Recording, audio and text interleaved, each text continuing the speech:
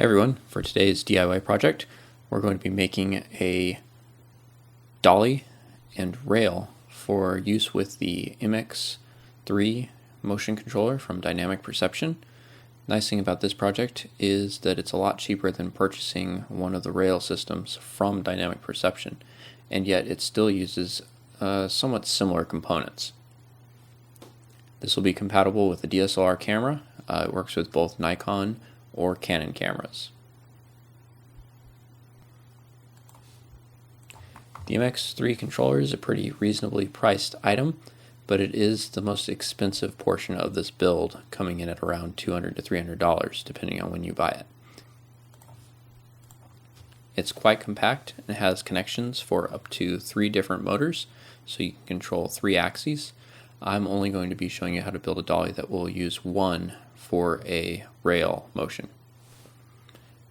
We're going to be using the portable power unit that Dynamic Perception also sells, and for motors, instead of purchasing one through Dynamic Perception, I opted to just purchase a 12 RPM planetary motor from Servo City because it was about half the price. For rail, we're going to be using 10 series T-slot that is 3 channels wide, or 3 inches wide by 1 inch tall, and I chose to go with a 4-foot length. You can go with a longer length, you just have to make sure that the belt you purchase is long enough to cover your entire rail. We'll also need 2 pieces of the T-slot. These pieces will be 2 inches long by the 3 inch by 1 inch sizing, same as your rail. 8 1/2-inch bolts threaded to 1/4 20, as well as 8 washers, 8 of the slide-in T-nuts for the 1/4 to 20 bolts to fit into, 2 bolt kits which are 1/4 to 20 by 1/2 inch for slide-in double economy T-nuts. You'll need 4 of the 6760 single short unibearing bearings. To hold your tripod head onto the cart, you'll need 1 3/8 inch by 16 thread bolt and nut, as well as a washer large enough to fit around that. The washer will be your spacer to keep the tripod head elevated up off of the plate that's on top of your dolly cart. You'll need 4 skateboard bearings. I just used standard cheap skateboard bearings that I found, and then also 2 bolts and 2 nuts. The bolts need to be small enough to fit through the center of your skateboard bearings. 2 mounting brackets that I've actually fabricated myself using angled aluminum, and all you have to do is cut the pieces to about 2 inches long and then stack them, clamp the belt on them, and then drill your holes, and they'll work as a perfectly good clamp for your belt when you mount it to your T-rail. 1 pulley to mount onto your motor. This pulley will hold the belt and make sure it doesn't slip from the motor, which allows for really precise motion. 2 double-keyed black bearings. 1 bolt to mount your motor to the top of your cart, and 1 nut to hold that together. You'll need a section of belt. I chose to go with a 9-foot length instead of a 4-foot length, even though my cart was only 4 feet, because this way I can reuse the belt with a longer rail if I want. The rail will allow me to feed the belt that's excess inside of it in order to keep it from being in the way while I'm using the shorter rail. 2 zip ties. These may not be necessary, but I like to use them just as security to tension the belt along the rail. And you'll need 1 piece of aluminum plate that's 4 inches by at least 7 inches. You can use a wider piece. I chose to go with this size just because it was nice and compact, but a wider piece would allow you to mount more things to it, especially when you're trying to attach the motion controller and battery to the top of your cart. Now that we have all of our parts, we're ready to build the cart. To build the cart, we'll need the 2 pieces of aluminum T-slot that are 2 inches long. We'll also need the 2 double-keyed black unit bearings 4 of the double economy slide-in T-nuts, 8 of the 1/2 inch 1/4 by 20 threaded screws, as well as the washers, the 4 single short unibearings, and also the aluminum plate that will act as the top of your cart. To turn the aluminum plate into the top of your cart, you'll have to drill holes. These holes need to be spaced the same as your aluminum T-slot, which has the outer slots at 2 inches apart, and the T-slot mounting nuts are 1 inch wide from center to center. In the center, we will drill a 3/8 inch hole or larger, allowing the tripod head mounting bolt to slide through. At the other end of our plate, we will need 2 sizes of holes, one for the motor mount, and then an additional 2 of the same size to hold our bearings. The motor will sit here. You'll also need to notch out a portion of the plate to allow the motor to sit in and line up with the 2 bearings, which will feed the belt around the motor. Now that we have the holes drilled and our plate notched, we can begin the installation of our T-slot. Start with your 1/4 inch bolts and washers. Insert them into the top of your plate. These will be used to hold the clamp for the T-slot. Once you have them inserted, attach the 2-hole mounting plate for the T-slot from the bottom. Simply thread on enough so that the plate is held in place. Do not tighten. Repeat this for both sides. Once you have the 2 mounting plates attached, you can take your T-slot and slide it onto the plate. Once it's on and lined up, simply tighten the 2 sides down by hand. This will allow some motion and is good because we may need to align the piece once it's on the rail. Repeat the process and mount the second piece of T-slot to the bottom of your cart plate.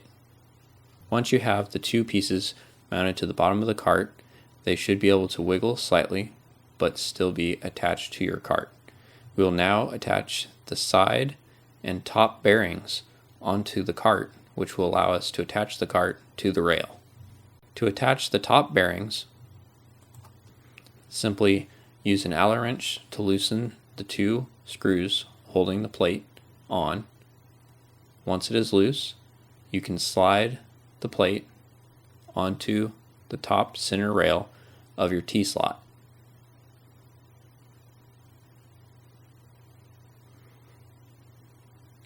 Center the bearing on the T-slot and retighten the screws with the Allen wrench. Repeat this step for your second bearing.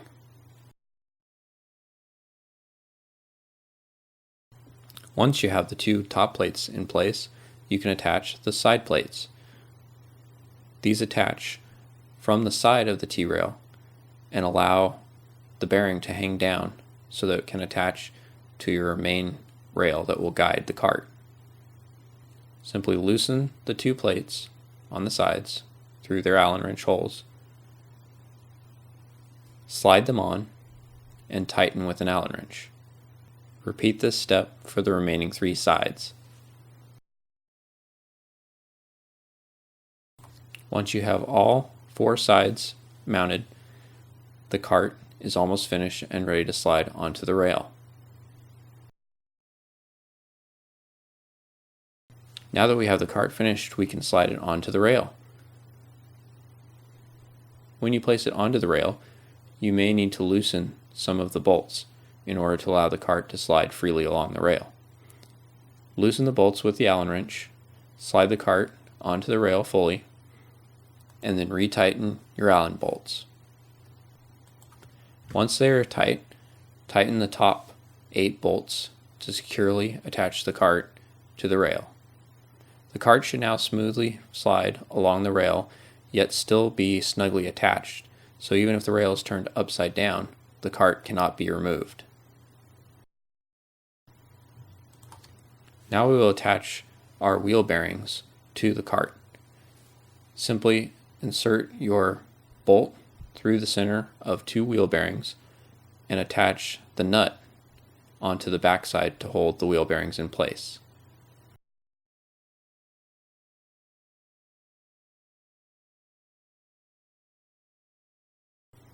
With the nut tightened down, the wheel bearing should still spin freely. Repeat this step for the second set of wheel bearings. Once you have the 2 wheel bearings finished, we can mount them to the cart.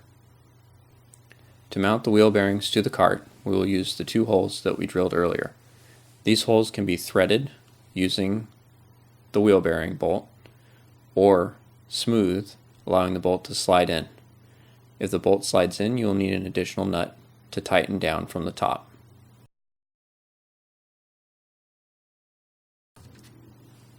Once the wheel bearings are completely tight and attached, the cart is now ready to have the motor mounted.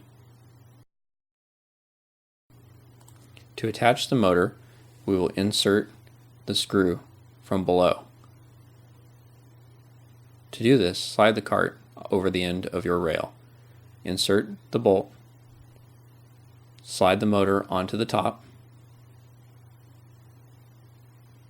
The motor should still swing freely. Now attach the top nut and tighten it down until the motor is firmly attached to your cart. Once this is done, the motor should still pivot, but will be firmly attached to your cart. Now we will attach the pulley to the motor. To do this, slide the cart to the end of the rail, slide the pulley onto the motor, and use an Allen wrench to tighten down the bolt inside the pulley.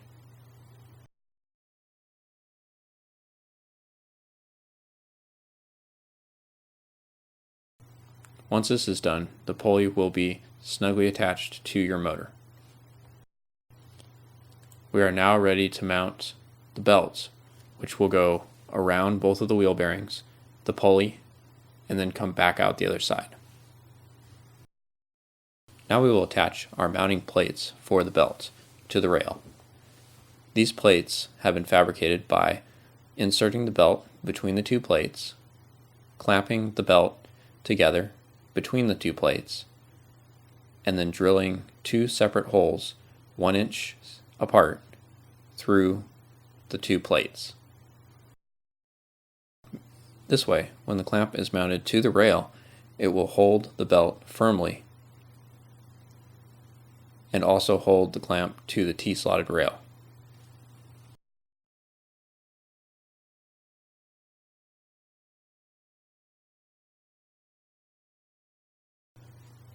The clamp will sit on top of the rail. It will use a single T-slot bolt in the middle slot of your rail. The clamp will sit above this and align the belt. Insert your bolts into each of the holes and attach them to the lower piece.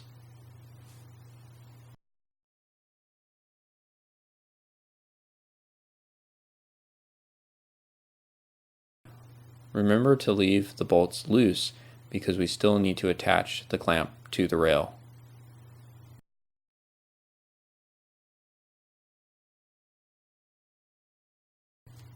Once the clamp is on the rail, you can then insert the pulley belt between the 2 pieces of the clamp. To tighten the belt, simply squeeze and tighten down your 2 bolts with an Allen wrench.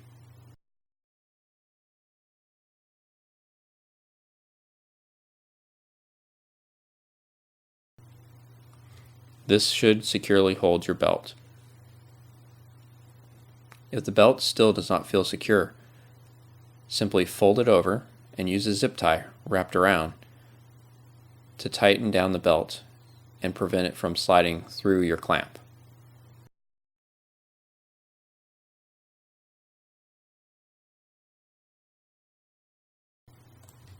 When installing our belt, if you have a longer belt than your current rail, you will need to hide the excess belt.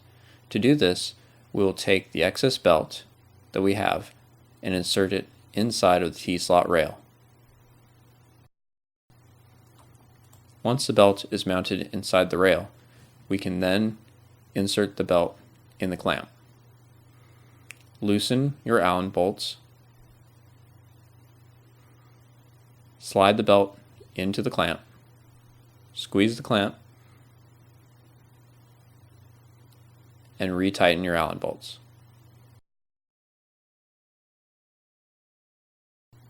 Once this is done, the belt will be firmly attached to the clamp. Continue along the rail until you reach the cart.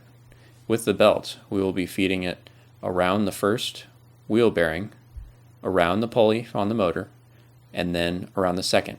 Slide it under the first wheel bearing between the rail and the cart, around the pulley, and then feed the belt between the pulley and the second wheel bearing.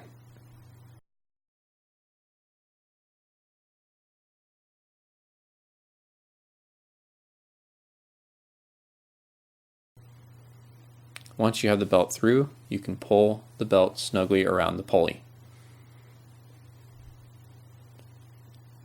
The belt is then inserted through the cart T-slot.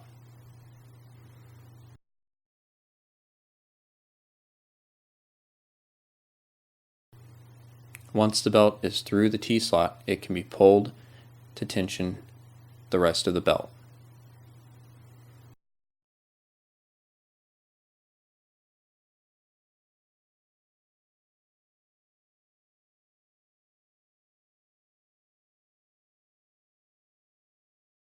With the belt tensioned and the cart secure, it is now time to clamp the opposite end of the belt.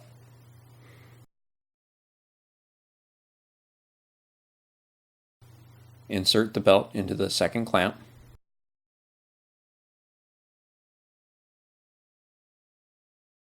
Squeeze and tighten down the Allen nuts. If necessary, fold the belt over and clamp with a zip tie. Now we have the belt mounted onto the cart and rail. As you can see, it goes around the first wheel bearing, around the pulley, and onto the second wheel bearing. This keeps the belt aligned with the wheel bearings and also the pulley. You may need to adjust the height of the belt in the clamps on either end of your rail to match the height of the middle of each wheel bearing. Once this is completed, the belt should stay on track.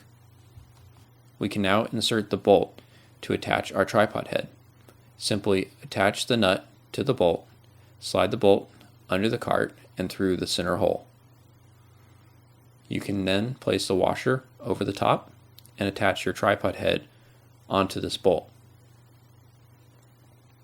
The washer allows for clearance of the tripod head base and the surrounding screws.